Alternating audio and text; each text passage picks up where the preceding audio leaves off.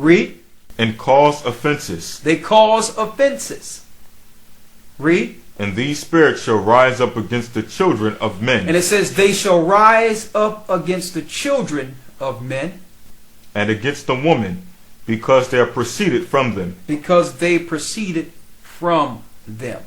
So they're going to be used to attack us.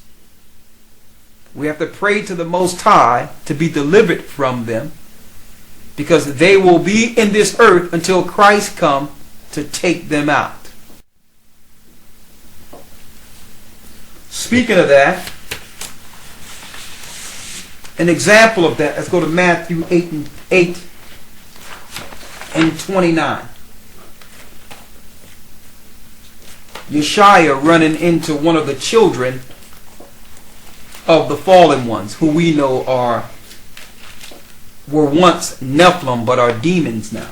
Now let me tell you, in Ephesians 6 where it says we wrestle not with flesh and blood, even though they fear those that are in Yeshua, let me tell you, they are the leaders. Our so-called elected officials do all types of rituals to have these spirits come before them for ancient wisdom and ancient knowledge. You got some out. You got some rich people. They'll go to East India or one of these Asian countries and get themselves what you call a sharma or a wisdom teacher. These are they that are linked directly with demons to let them know the past, the things they've experienced since the flood, all the way up until now. They use the knowledge to become powerful over the ignorant. But for a price. It's for a price. Right? Let's go to Matthew 8 and 29. St. Matthew chapter 8 verse 29. Read. And behold, they cried out saying, what have we to do with thee, Yeshua? So Christ ran into a guy with the spirit. He wasn't talking to the guy, he was talking straight to the spirit. This guy was so ruthless that no one would dare mess with him. They couldn't chain him down. He broke chains. Spirits. Now you notice we're in a society now that they put spirits on you. That's what your inoculations and all those things are about. They put the demons in you. They put spirits in you. Sicknesses are demons. Next thing you know, you're paranoid. Next thing you know, you are, you're stressed, or you're dealing with mental stress. You're feeling depressed. All these are spirits. All those are spirits. So instead of being prayed over or getting to the root of the spirit so that you can be free, they have set up a pharmaceutical grid that gives you medication to suppress so that the spirit can stay. The pharmaceuticals is part of the sorcery or pharmacy, so that you'll believe that everything is alright, but the demon stays. The spirit stays. Okay? So the spirit asked Yeshua, have you come to torment us before our time? Read. What have we to do with thee, Yeshua, thou son of Ahiah? What do we have to do with you, Yeshua? Art thou come hither to torment us before the time? Have you come to torment us before our time? So they know the judgment, because when you read Enoch, it goes into the judgment that when Christ returns, he's going to judge those demons that came from the fallen angels. So now I understand Matthew 8 when the spirits looked at Christ and say, have you come to torment me before our time? Yeshua wasn't talking to the person, he was talking to the spirit in the person. Then now the spirit that took over that person's vessel is the one speaking. You might notice this all the time, or to some degree, if you see someone who've been institutionalized and they're walking around speaking to themselves and all that. That didn't happen to them before they went into the institution. It's the institution that used these places for all types of secret things. And they put demons on these people. That's a perfect example. These people are out of their mind. You look at them like they're crazy, but really, the Spirit have taken over their vessel. So Yeshua experienced that. He spoke right to the Spirit. He didn't speak to the person, because the person is bound. The person needs to be released. They need their vessel. They've been taken over. Okay? So the Spirit recognized Yeshua and says, have you come to torment us before our time? To let you know that there's more than one in that person. Read. Verse 30. And there was a good way off from them an herd of many swine feeding. So the devils besought him, saying, if thou cast us out, suffer us to go away into the herd of swine. He says, if you cast us out, why don't y'all cast us into this herd of swine, to show you that spirits can hide out in animals too. As long as it's a vessel, as long as it's an earthy vessel or something that's material or alive, they can hide out amongst that too. He could have cast them into the earth. Okay? Down there where their fathers are. Right? Read. Verse 32. And he said unto them, go.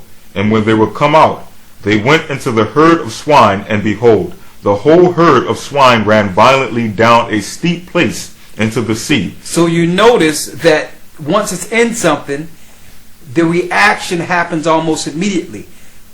Violence, do battle, attack.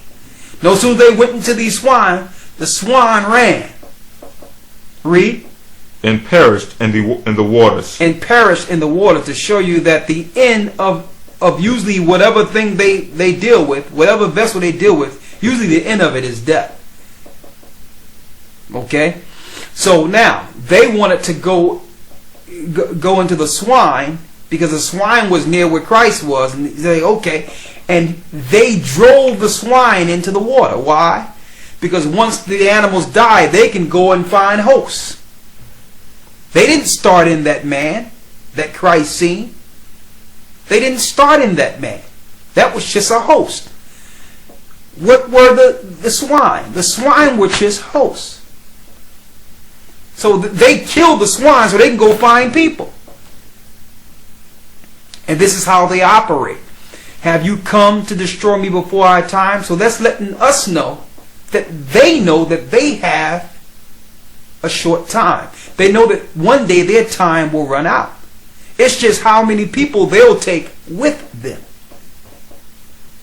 So they understand that they only have a certain amount of time to operate.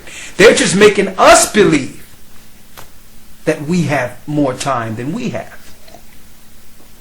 But they know. Alright? Now let's go to Matthew 12. Let's start at 43, when the unclean spirit is going out of a man. Verse 43. When the unclean spirit is going out of a man. When an unclean spirit is going out of a man, read. He walketh through dry places, seeking rest, and findeth none. This usually what happens after baptism or cleansing, or after serious fasting.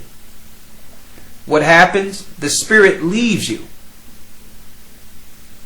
He walketh through dry places, seeking rest, and findeth none. So now that same spirit is operating and trying to find a place or a vessel to go into, and can't find no one to go into. Read. Verse 44. Then he saith, I will return into my house from whence I came out. So they always decide to come back to their original host. And when he is come, he findeth it empty, and swept and garnished. To show you spirits be watching us. They'll look at us and they know when you clean, when you're trying to do the right thing. But they're watching from the outside. Read. Verse 45. Then goeth he and taketh with himself 7 other spirits more wicked than himself. So here it is. He understands that you have the power to get rid of him because he's on the outside. So instead of coming to you with one now, he's going to bring 7 of his brothers with him. Read. And they enter in and dwell there.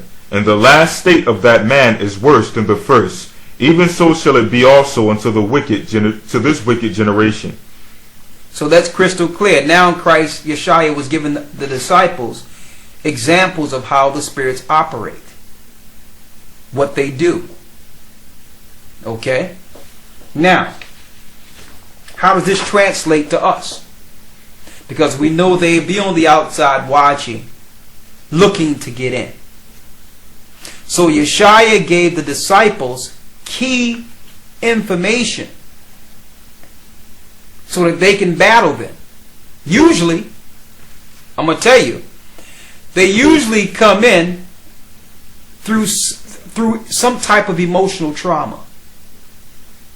That's when they usually gain entrance, when your emotions are at a height and your guard is at a low.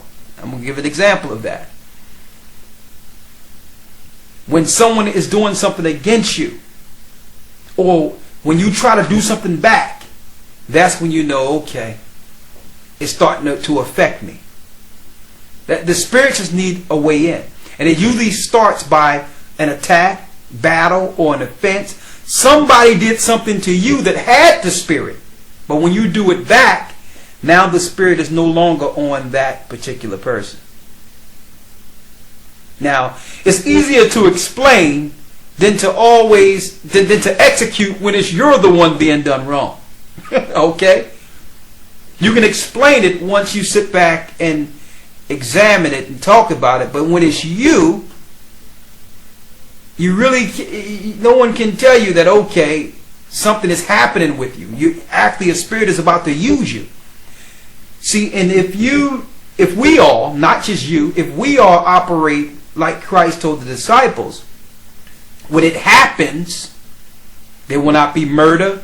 Because usually, hey, listen to some of the stories of how when people get killed. It's usually something that's small happened. And but somebody had to go the next yard. And then the person whom was offended or got hit or hurt, now they got to go the next yard. And now somebody's dead. The spirit then got a soul to hell. Now the spirit is looking for another person to go into to do the same thing, perpetual. It's a cycle. Because once you out, they don't need you no more. And then they go find someone else. You're out. So this is how it works. So Christ gave us details in Matthew 10 of how not to let the spirit come in us, even if we see it. Let's start at Matthew 5 and 3. All Yeshua's writings.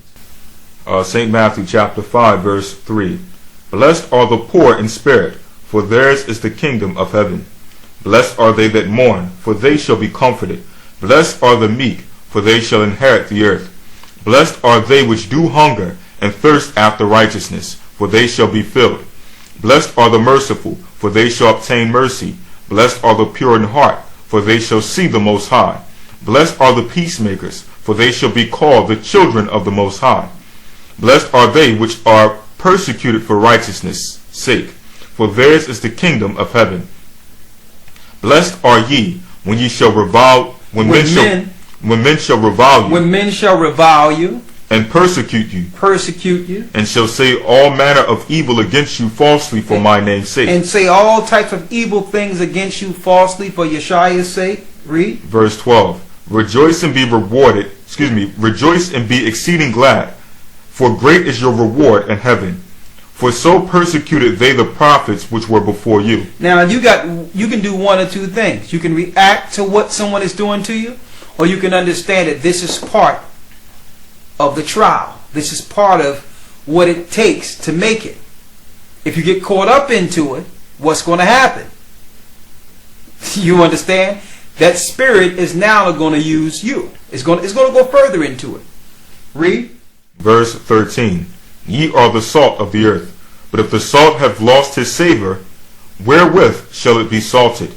It is thenceforth good for nothing but to be cast out, and to be trodden under foot of men. Let's go to the 21st verse. Verse 21. Ye have heard that it was said by them of old time, Thou shalt not kill. And whosoever shall kill shall be in danger of the judgment. But I say unto you, that whosoever is angry with his brother without a cause shall be in danger of the judgment.